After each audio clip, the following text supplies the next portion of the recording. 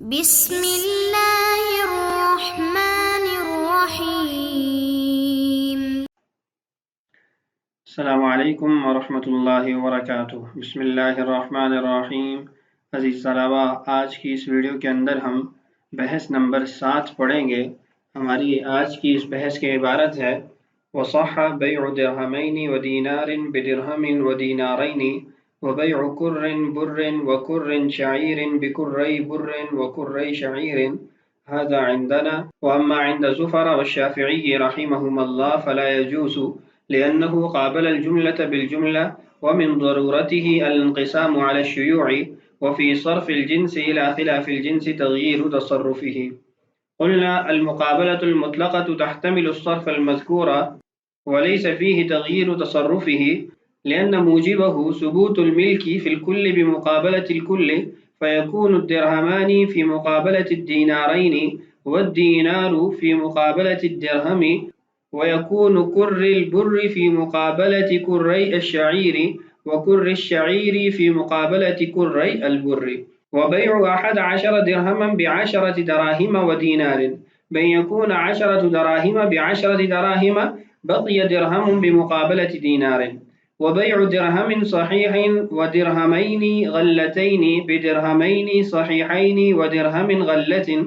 الغلة ما يرده بيت المال ويأخذه التجار، وإنما يجوز هذا لتحقق التساوي في الوزن وسقوط اعتبار الجودة.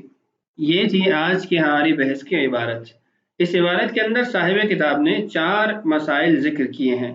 ان مسائل کا عنوان یہ ہے کہ اگر مبیع اور ثمن میں متعدد ربوی اشیاء جمع ہو جائیں تو ہر ایک کو اس کی مخالف جنس کا عوض بنایا جائے گا تاکہ بیع درست ہو جائے۔ صاحب کتاب نے اس عنوان کے تحت 4 مسئلے ذکر کیے ہیں۔ پہلا مسئلہ یہ ہے کہ نقود کے اندر یعنی ثمن اصلی کے اندر اگر متعدد چیزیں مبیع اور ثمن میں جمع ہو جائیں تو ان میں سے ہر ایک کو خلاف جنس کا عوض قرار دیا جائے گا۔ یعنی مبیع کے اندر 2 درہم ہیں، 4 دینار ہیں، اسی طرح ثمن کے اندر 4 درہم ہیں، 2 دینار ہیں۔ اب درہم اور دینار 2 مختلف جنسیں ہیں، ثمن میں بھی جمع ہے، مبیع میں بھی جمع ہے۔ تو اب جب ہم ان کو بیچنے کی صورت قائم کریں گے تو درہم کو دینار کا مقابل بنا دیں گے اور دینار کو درہم کا مقابل بنا دیں گے تاکہ بیع درست ہو جائے۔ دوسرا مسئلہ جو اس عنوان کے تحت ذکر کیا وہ یہ ہے کہ جب عروض جو ربوی ہوں یعنی گندم ہے، چاول ہیں، اس طرح کے جو ربوی عروض ہیں، سامان ہیں، اگر وہ متعدد مبیع اور ثمن میں جمع ہو جائیں تو ان کو بھی ایک دوسرے کی خلاف جنس کا عوض قرار دیا جائے گا تاکہ بیع درست ہو۔ تیسرا مسئلہ یہ ذکر کیا 2 جنسوں سے مرکب مبیع کو غیر مرکب یعنی ایک جنس کے ثمن سے بیچنا، جیسے 10 درہم اور 1 دینار ہو اور دوسری طرف 11 درہم ہو۔ اور چوتھا مسئلہ یہ ذکر کیا ایک ہی جنس کے مختلف کوالٹی والے ثمن خلقی کی بیع، یعنی درہم ہے، ایک ہی جنس ہے لیکن کچھ کھوٹے ہیں، کچھ کھرے ہیں، کچھ کے اندر ملاوٹ پائی جا رہی ہے، کچھ میں ملاوٹ نہیں پائی جا رہی، تو جب ان کو اسی جنس سے بیچا جائے گا تو برابر بیچا جائے گا، اوصاف کا اعتبار نہیں کیا جائے گا۔ یہ 4 مسئلے صاحب کتاب نے یہاں ذکر کیے ہیں۔ یہ کے بعد دیگر ان 4 مسائل کو سمجھتے ہیں، پھر عبارت کا ترجمہ کر کے اس مسئلے کی عبارت پر تطبیق کرتے ہیں۔ پہلے 2 مسئلے نقود ثمن اصلی کا خلاف جنس کا عوض قرار دینا اور ربوی سامان کا ربوی عروض کا بیچنا خلاف جنس پر محمول کر کے۔ اس کی صاحب کتاب نے مثال یہ دی کہ 2 درہم اور 1 دینار کو 1 درہم اور 2 دینار کے بدلے میں بیچنا، یا پھر 1 کر گیہوں اور 1 کر گندم کو 2 کر گندم اور 2 کر گیہوں کے بدلے میں بیچنا۔ کر کی تحقیق سن لیجئے، کرن اس کی جمع ہے اکرارن، یہ ایک پیمانہ ہے۔ 1 کر 60 قفیز کا ہوتا ہے اور 1 قفیز 8 مکاکی کا ہوتا ہے اور 1 مکوک 1.5 سا کا ہوتا ہے۔ اور ہمارے زمانے میں 1 سا کی جو مقدار ہے وہ 3 کلو 149 گرام 280 ملی گرام ہے۔ تو 3 کلو 149 گرام 280 ملی گرام 1 سا، جب اس کو 1.5 سا بنائیں گے پھر 1.5 سا کو آپ 8 کے ساتھ ضرب دیں گے تو آپ کے پاس 1 قفیز آ جائے گا، اور پھر 1 قفیز کی جو مقدار ہوگی اس کو آپ 60 قفیز سے جب ضرب دیں گے تو آپ کے پاس 1 کر کی جو مقدار ہے وہ آ جائے گی۔ تو یہ جو کر لفظ یہاں مثالوں میں آئے گا یہ ایک پیمانہ ہے۔ آئیے اب مثالوں کی طرف۔ صاحب کتاب نے پہلی مثال یہ ذکر کی کہ 2 درہم اور 1 دینار کو 1 درہم اور 2 دینار کے بدلے میں بیچنا۔ دو مختلف جنس ہیں مبی کے اندر بھی اور ثمن کے اندر بھی۔ مبی کے اندر درہم زیادہ ہے، ثمن کے اندر درہم کم ہے۔ مبی کے اندر دینار کم ہے اور ثمن کے اندر دینار زیادہ ہے۔ اور دوسری مثال یہ ہے کہ 1 کر گیہوں اور 1 کر جو کو 2 کر گیہوں اور 2 کر جو کے بدلے میں بیچنا۔ ہمارے نزدیک یہ دونوں صورتیں ٹھیک ہیں، یعنی 2 درہم اور 1 دینار کی 1 درہم اور 2 دینار سے خرید و فروخت، اور 1 کر گیہوں اور 1 کر جو کو 2 کر گیہوں اور 2 کر جو کے ساتھ بیچنا ہمارے نزدیک جائز۔ امام ظفر اور امام شافعی رحمہ اللہ کا مسلک یہ ہے کہ یہ دونوں بیع ناجائز ہیں، یعنی یہ دونوں معاملے صحیح نہیں ہیں، اس لیے کہ یہاں پر ایک مجموعے کے دوسرے مجموعے کا عوض بنایا گیا ہے، تعین نہیں کی گئی۔ جب تعین نہیں کی گئی تو پھر اس کا نتیجہ یہ نکلتا ہے کہ یہ شائع طور پر آپس میں تقسیم ہوں گے، یعنی شائع طور پر ایک دوسرے کے عوض بنیں گے۔ ایسا نہیں ہوگا کہ ہم 2 درہم کو 1 دینار کا مقابل بنائیں، 1 دینار کو 2 درہم کا مقابل بنائیں، ایسی تعین یہاں نہیں پائی جائے گی، بلکہ بدل کا ہر جز دوسرے بدل کے جز کا عوض بنے گا۔ اور جب یہ صورت قائم ہوگی تو 2 درہم وہ 1 درہم سے زائد ہیں، 1 دینار سے 2 دینار زائد ہیں، تو لازمی بات ہے یہاں پر تفاضل پایا جائے گا۔ دوسری بات جو الزامی جواب ہے وہ یہ ہے، وہ کہتے ہیں کہ اگر آپ ایک جنس کو دوسری جنس کے عوض بنائیں گے تو اس میں تو مشتری کے تصرف کے اندر آپ تبدیلی کریں گے، یعنی مشتری نے اپنی بیع کے اندر ایک جنس کو دوسری جنس کا عوض نہیں قرار دیا، تو آپ جب ایک جنس کو دوسری جنس کا عوض قرار دیں گے تو یہ تو مشتری کا جو تصرف تھا اس کے اندر تبدیلی ہے، اس کے اندر تغییر پائی جائے گی۔ ہم نے اس کا یہ جواب دیا کہ یہاں پر جو بیع ہوئی ہے وہ مطلق ہوئی ہے، اس کے اندر تعین بھی نہیں ہے اور انقسام علی الشیوع بھی نہیں ہے، دونوں صورتیں نہیں پائی جا رہی۔ تو ہم نے یہاں پر تعین پر اس بیع کو اس لیے محمول کیا ہے، ہم نے جنس کو خلاف جنس کی طرف اس لیے پھیرا ہے کہ ہم یہاں پر اس کی بیع کو جائز قرار دینا چاہ رہے ہیں، یہاں اس کا جو معاملہ ہوا ہے اس معاملے کو ربا سے بچانا چاہ رہے ہیں۔ دوسری بات جو یہ کی گئی کہ یہاں پر مشتری کے تصرف میں تبدیلی پائی جائے گی، تو یہ بات بھی درست نہیں ہے، اس لیے کہ یہاں پر تو تغیر تصرف ہے ہی نہیں۔ بیع مطلق تھی، اس میں 2 احتمال تھے کہ اس کو انقسام علی الشیوع رکھا جائے جیسے امام شافعی اور امام ظفر رحمہ اللہ کا مسلک ہے، یا پھر اس کو متعین کیا جائے جیسے ہمارا مسلک ہے۔ تو ہم اس کی بیع کو جائز کرنے کے لیے ہم نے اس کو متعین کر دیا۔ تو ہم نے اصل عقد کے اندر تبدیلی نہیں کی ہے، وصف عقد کے اندر تبدیلی کی ہے۔ اصل عقد تو یہ تھا کہ وہ مکمل مبی کا مالک بننا چاہ رہا تھا اپنے مکمل ثمن کے ذریعے، اس کے اندر ہم نے کوئی تبدیلی نہیں کی، وہ مکمل مبی کا ہی مالک بنے گا اپنی مکمل ثمن کے ساتھ۔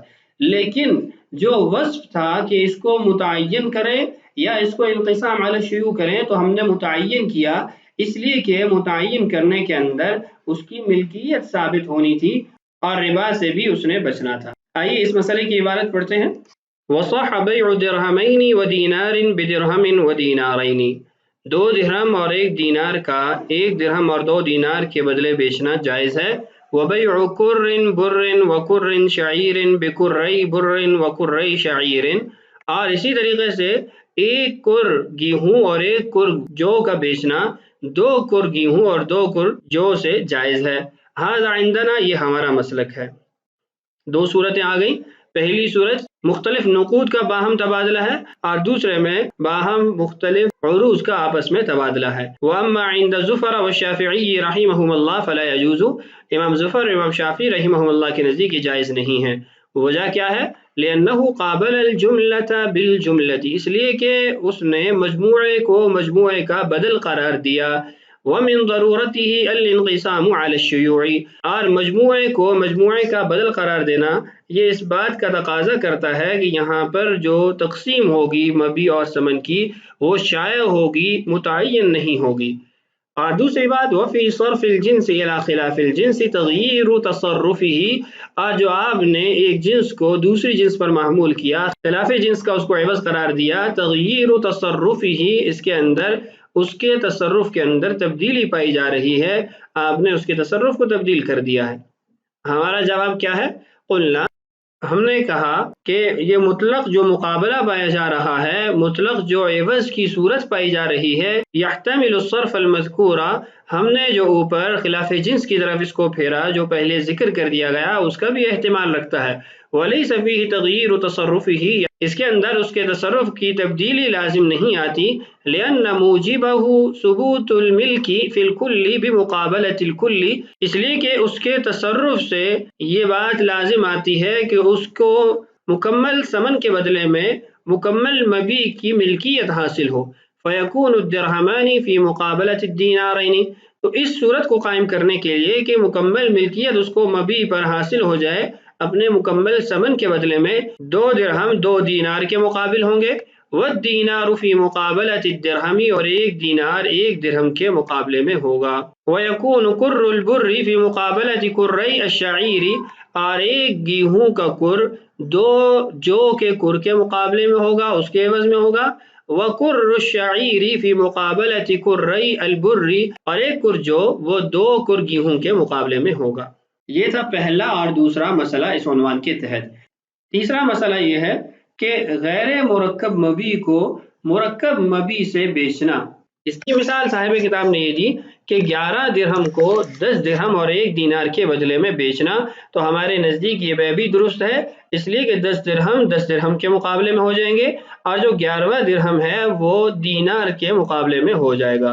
عبارت دیکھیے، وَبَيْعُ أَحَدَ عَشَرَ دِرْهَمًا بِعَشَرَةِ دَرَاهِمَ وَدِينَارٍ، اور 11 درہم کا بیچنا 10 درہم اور 1 دینار کے مقابلے میں یہ جائز ہے۔ اس جملے کا جو عطف ہے وہ صح کے اوپر ہے جو اس سے قبل مسئلے میں مذکور ہے۔ بِأَن يَكُونَ 10 دَرَاهِمَ بِعَشَرَةِ دَرَاهِمَ بَقِيَ دِرْهَمٌ بِمُقَابَلَةِ دِينَارٍ، اس اعتبار سے درست ہوگا کہ 10 درہم 10 درہم کے مقابلے میں ہوں گے، اور 1 درہم جو باقی رہ جائے گا وہ دینار کا عوض بن جائے گا۔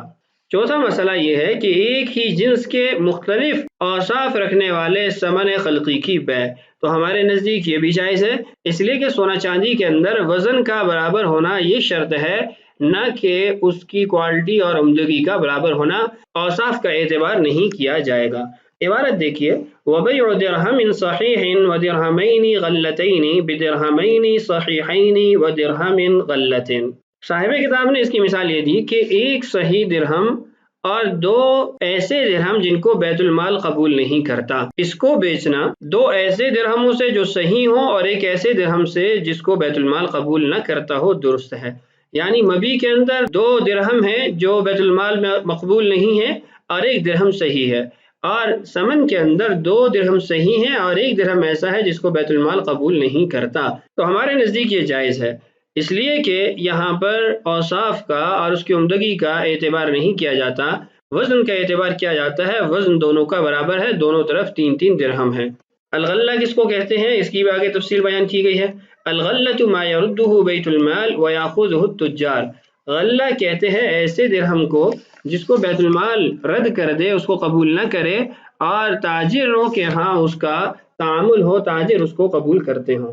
غلہ یہ کھوٹا درہم نہیں ہوتا بلکہ اس کا رواج ختم ہو جاتا ہے جس کی وجہ سے بیت المال اس کو قبول نہیں کرتا۔ وَإِنَّمَا يَجُوزُ هَذَا، اس کو اس لیے جائز قرار دیا گیا لِتَحَقُّقِ التَّسَاوِي فِي الْوَزْنِ، کہ ان کا وزن برابر ہے۔ دوسری بات وَسُقُوطِ اعتبار الْجُودَةِ، دوسری وجہ یہ ہے کہ عمدگی کا اوصاف کا اعتبار نہیں کیا جاتا۔ تو یہ تھا آج کا ہمارا سبق، بقیہ مباحث انشاءاللہ آنے والی ویڈیوز میں پڑھیں گے۔ اللہ تعالیٰ سے دعا ہے اللہ تعالیٰ ہمارے لیے اسباق کی تکمیل آسان فرمائے، اللہ تعالیٰ ہم سب کو دین کی سمجھ نصیب فرمائے۔ السلام علیکم ورحمۃ اللہ وبرکاتہ۔